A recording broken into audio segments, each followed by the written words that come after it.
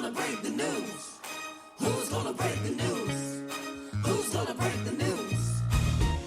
And welcome back into the Sportsocracy. Yes, breaking news in the NFL. Well, it's already been broken for a little bit, but not long. Not long. It didn't break long enough before the show that we didn't have to scurry during the break. Indeed, the Pittsburgh Steelers apparently have a deal in place with the Los Angeles Rams to get Allen Robinson.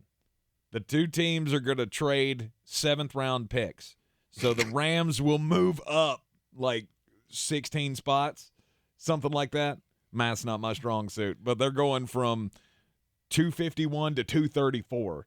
That's 17 spots. In the 7th round. Yeah, that's a good guesstimation. And then, of course, Pittsburgh will pick up some of the contract, but not all of the Allen Robinson contract. Pittsburgh's on the hook for $5 million. The Rams are going to pay $10.25 million on the $15+ million deal. So you remember that thing I said of the Rams could still be a threat in the NFC? Not anymore. Yeah, that went away. And it's not just because of this deal. They're really willing to move anything that's not glued to the ground. They know where this is. And you just gave up Allen Robinson, who was your prized free agent acquisition, to move up 16 spots in the 7th round. Well, I mean, at some point you have to look at an experiment and go, that was a failure. And I totally get that. And after Allen Robinson was added to this team, he did get hurt last year, but even before he was hurt, he was not a key piece to this offense. He just didn't mesh well. I don't know what it was. He didn't fit well in the offense. Right. He just didn't work out. And so at this point, you got to go, okay, well, we can bail. It's the best move that they could make. Now, the interesting side of this to me is Pittsburgh. That's a pretty formidable receiving core when you look at it. Absolutely. If Allen Robinson is even 75% of what he was before he went to L.A., that's two legit ones. Mm-hmm. Because Deontay Johnson and Allen Robinson are both top 32 in the NFL wide receivers. And George Pickens, I would say, is a top 5 young receiver in the NFL. And you got Pat Freiermuth. Yep. And you got Najee Harris. Mm-hmm. Oh, yeah. And you have 2 picks in the top 32. Is it just out of bounds to say that Pittsburgh has improved themselves? If not the most in the league, as much as anybody? Name me a team that you feel more different about right now than the Pittsburgh Steelers. Because that offense is going to be difficult to deal with. They will be. Yes, you need to address the offensive line in the draft. All right, let's for giggles, say they take Osiris Torrance at 17 and then take Anton Harrison at 32. Mm-hmm. Yeah, the defense was already pretty good. Mm-hmm. Where's the hole? There's no hole in your offense. Look, I don't love Anton Harrison, but is he better than Dan Moore? Yeah, by quite a bit. Right. I mean, there remains only one question to me, and that's Kenny Pickett. Do you really have questions about Kenny Pickett? Not really. I mean, to me, I feel about Kenny Pickett like you felt about Mac Jones. He's high floor, low ceiling. All right, that's a fun comparison. Who would you rather have right now, Mac Jones or Kenny Pickett? Kenny Pickett, not close. Not close. Not close. I'm not saying they're the same. I said that's just how I view him. I got the reference. Okay. I was curious. Yeah, no, it's Kenny Pickett, not close. He was better last year than I thought he would be. He did show some flashes. And you have said this about Justin Fields in our A+ Chicago mock draft, which will be out. Which is going to be coming out after later the show tonight. Here on the YouTube stream. Carolina Panthers after this here program. That's right.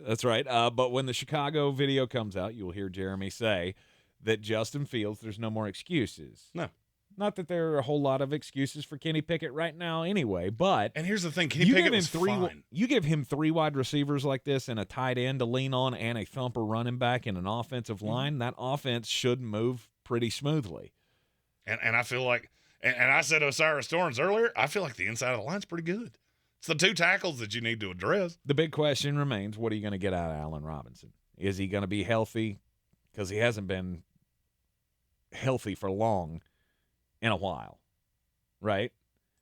In 2021, I think he had a full season, but other than that, it feels like he's missed a handful of games. I don't think it's as bad as you believe. Maybe not. Maybe it's not. Maybe he's just one of those that's always on an injury report. Okay, so he missed almost half the year last year. Mm-hmm. Had a few, and I want to say in Chicago, it wasn't even an injury. It was, I don't want to be I'm here. a celebrity, get me out of here. Other than that, he's been reasonably healthy. I mean, he had the ACL issue a few years ago. Right. I just think this is an A-plus move by the Pittsburgh Steelers. You're getting Allen Robinson. You're getting a shot at a receiver that is, fact or fiction, is better than any receiver you'd get in this draft. Fact. I think I would take Allen Robinson even at, I mean, he's 29, so it's, but for 1 year, I would take what he can give me over Smith and Jigba, over Quentin Johnston, over Zay Flowers. Agreed. Then there's no downside. And I'm just looking at Pittsburgh going, yep, here you go again. You find a way to be competitive because this is what you do. And Stephen Tao said this earlier in our YouTube chat. They've been talking about trading up to 9 for weeks. And would I be shocked if that was for Paris Johnson? No, I wouldn't. Would I be shocked if it was for a corner? No, I wouldn't. And I mean, I hate to lean on the gambling markets, but Vegas does know things that you don't. Right. Joey Porter's line has moved to right in front of Pittsburgh. Joey Porter Jr. now, the futures bet line on him is right in front of Pittsburgh. So what you're saying is I just need them to pass up on him so he can fall to 19. Yeah, you need them to do that Baltimore Ravens thing where they forget to make, or the Minnesota Vikings thing where they forget to make a pick for a minute. Right. And you just go now! Turn it in now. Give me Joey Porter. Yeah, that'll never happen again. No, it'll never happen. But I mean, look, Big Noriega in our YouTube chat, not a big fan of Kenny Pickett, and I get it. He's not sexy. He's not glamorous. He's not any of those things. Nope. He's safe. Mm-hmm. I can't even. We were talking about bumper pool in one of the mock drafts we recorded earlier.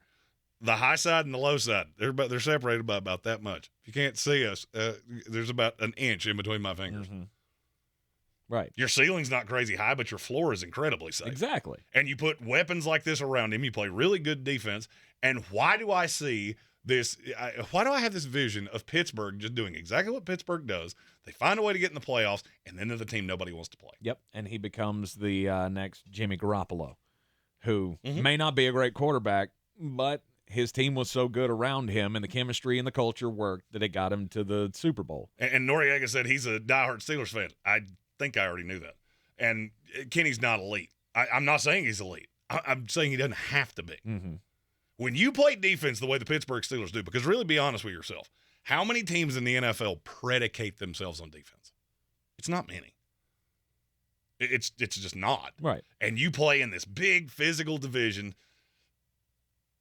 I'm seeing a path that Pittsburgh is setting themselves up into a position to be that annoying team that they just live being, Mm-hmm. and just watch them do what they do and wind up in the playoffs.